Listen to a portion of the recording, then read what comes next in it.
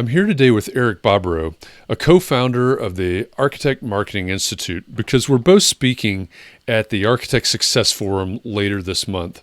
And for those keeping score, Eric will be part of a panel discussion on September 22nd at 2 p.m. Eastern. If you haven't heard about the Architect Success Forum yet, it's a 5-day virtual event for architects around the world. I'll include a link to the website below, but over the course of 5 days, there'll be 12 sessions, all with a Q&A to make sure that every architect that attends will get the most out of the sessions and be able to apply what was presented specifically to their own firm's success. Now, I know Eric is passionate about helping architects market and sell, but for those of you that don't know Eric, he's a prolific content creator, and the content that he creates is incredibly valuable in the AEC world. He's been doing it for over a decade. He's created numerous courses and programs, which have earned him numerous awards, by the way, as well as a YouTube channel with over 30,000 subscribers and 4 million views.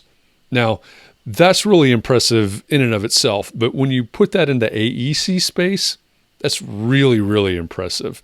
So, Eric, the topic your panel will be discussing is content marketing worth your time?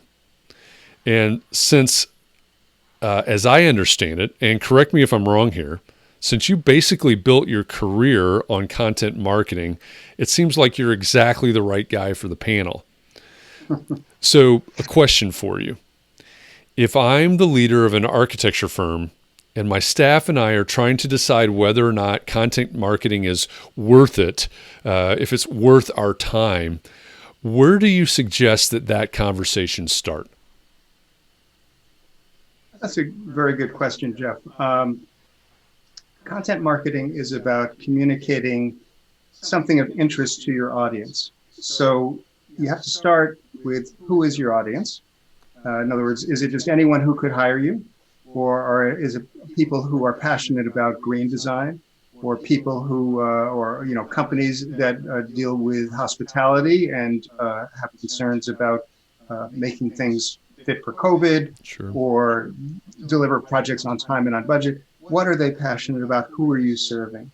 So once you define that, and of course you could have more than one niche or focus. You could be working with restaurants on the one hand and office buildings on another, very different, but still dealing with companies. Or you could be dealing with both new and remodel, homes on the lake, as well as infill, renovations and things like that.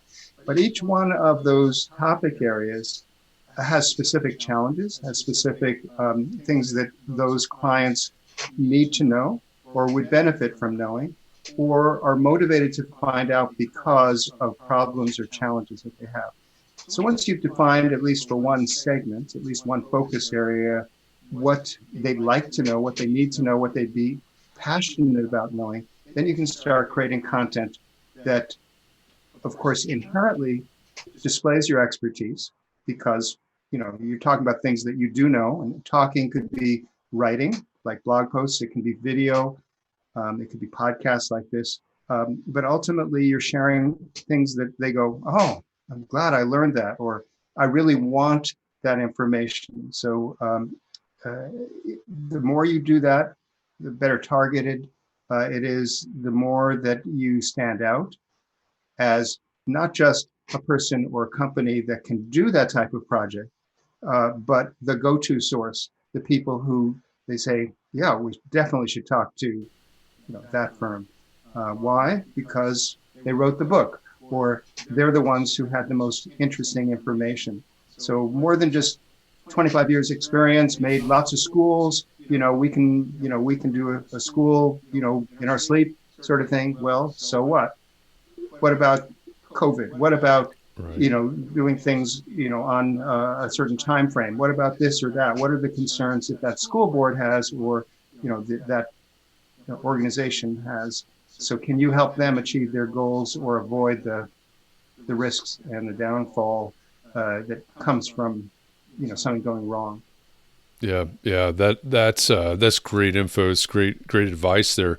One question that I hear that comes up a lot around creating content. And it's not just architects. A lot of people ask this question, but it's the idea as you were just describing it. You're the expert. You know all of this. You've done all of this, and so you're essentially going to become a thought leader by creating this content. But what if someone else has already created? What if another architect, even another architect in town, has already written if we're talking about blog posts as a for instance, what if that architect across town has also written a blog post about that? Does that mean that I should not take that topic, or how do you approach that? Well, I think there are always different angles. So in other words, someone else has written something from one angle, you take it from a somewhat different angle. Sometimes things are said sort of with authority and certainty, but they don't actually talk about some of the exceptions or the nuances, Sure. or they don't apply it to another context, things like that. Now, just because it exists on the World Web for an architect across town or anywhere doesn't mean that you shouldn't talk about it. After all, no one sees everything out there.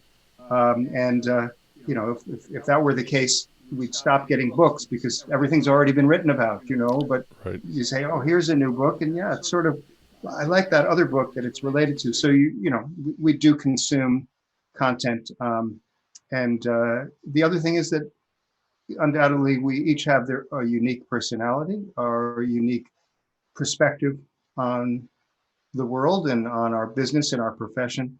That is also what attracts people. So the people who care about similar things, the people who can relate to your background, or just somehow see that you're someone they can relate to. That can make a big difference. And besides, even if there were two identical twins cross town, if they haven't looked at that other website, and you don't know that they have. Right. So that's a really good point. Yeah. And I like the analogy of the book. There's so many books. You walk into the business section at whatever bookstore still exists, and there'll be 30 different books on essentially the same topic. That's interesting. I was talking to someone the other day. I consume books on Audible now. I listen to books as I travel and things, and somebody was telling me about a particular business author that they really like because of the way that he reads his own books, and that was the thing for them. Is the information in that book any different than the next author that writes on that topic? I don't know, but they're consuming it because they love the voice and personality of the author who happens to be reading that book. And so I love your analogy, and it brings up a great point. You may write something that's just perfect for the client, and I may write the same thing that's just falls flat for whatever reason. Mm-hmm. Yeah, that's great. Appreciate that analogy. I'm going to remember that one. Have to use it. So given those pieces of advice, right? They need to be creating content that's going to connect with their clients. Beyond that, what is with the panel coming up on the 22nd, the Architect Success Forum on the 22nd? What's the main point that you really want to make as your role in that panel discussion? Well, I don't really know what everybody else is going to be saying, so I always like complementing and filling things in on the one hand, and also generalizing and finding the common thread, the Right. thing that unites, multiple. Oh, so-and-so said this, so-and-so said that. Well, that's an example of this principle or this idea. So I like doing that. I like telling stories. I like making analogies. So, that's often the way that I will communicate.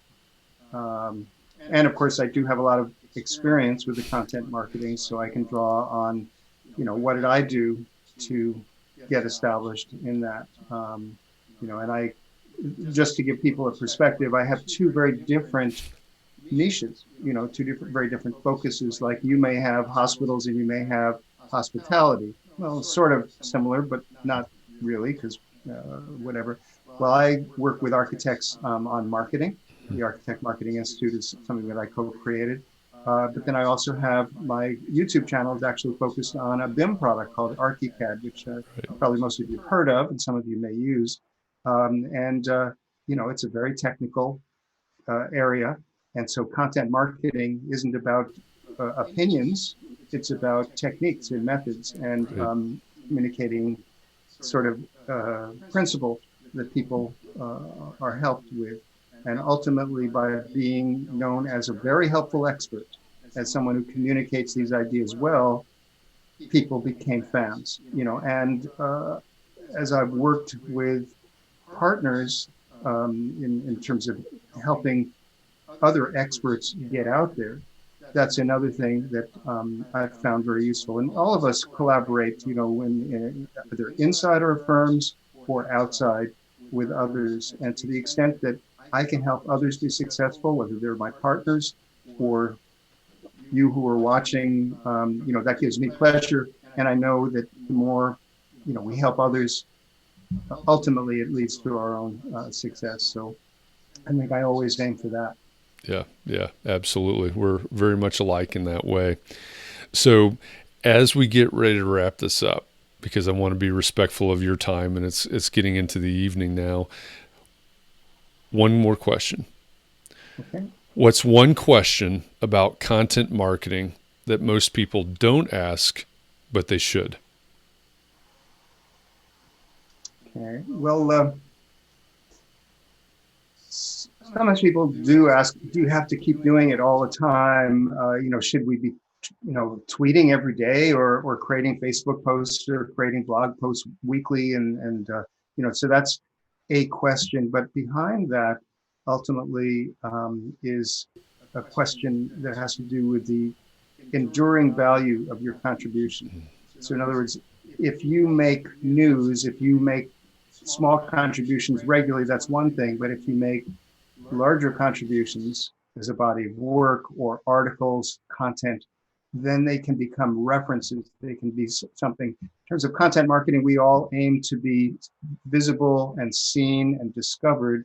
And of course, Google is a prime method that people find all of us on the web. It's not the only way.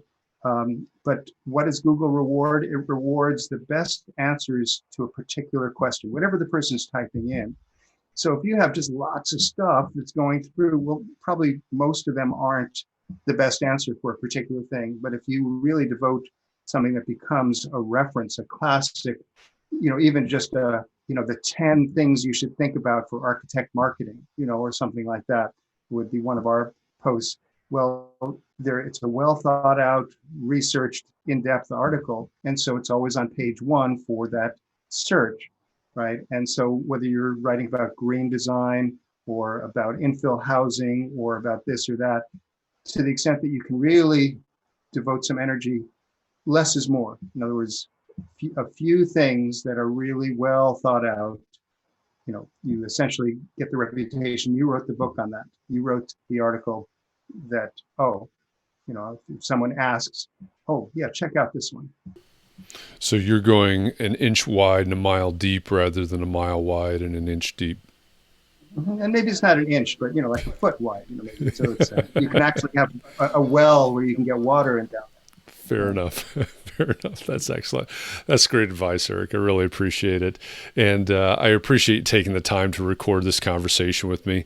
And I'm also looking forward to, I respect you and everything that you've built over the years. And it's, like I said, when we first jumped online, it's great to see you sort of face to face again. It's been a minute since we have, but I'm looking forward to, is content marketing worth your time? The panel session on Tuesday, September 22nd at 2 p.m. Eastern. And for anybody that's watching this video, I will put a link to the website for the Architects Success Forum here, so it's easy to find. You just click on it and register for that, and register for the panel that Eric will be on, and find out about content marketing, all the ins and outs for architects.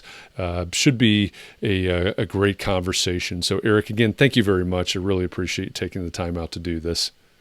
My pleasure, Jeff. Thanks for inviting me. Great. Thanks. I'll see you soon.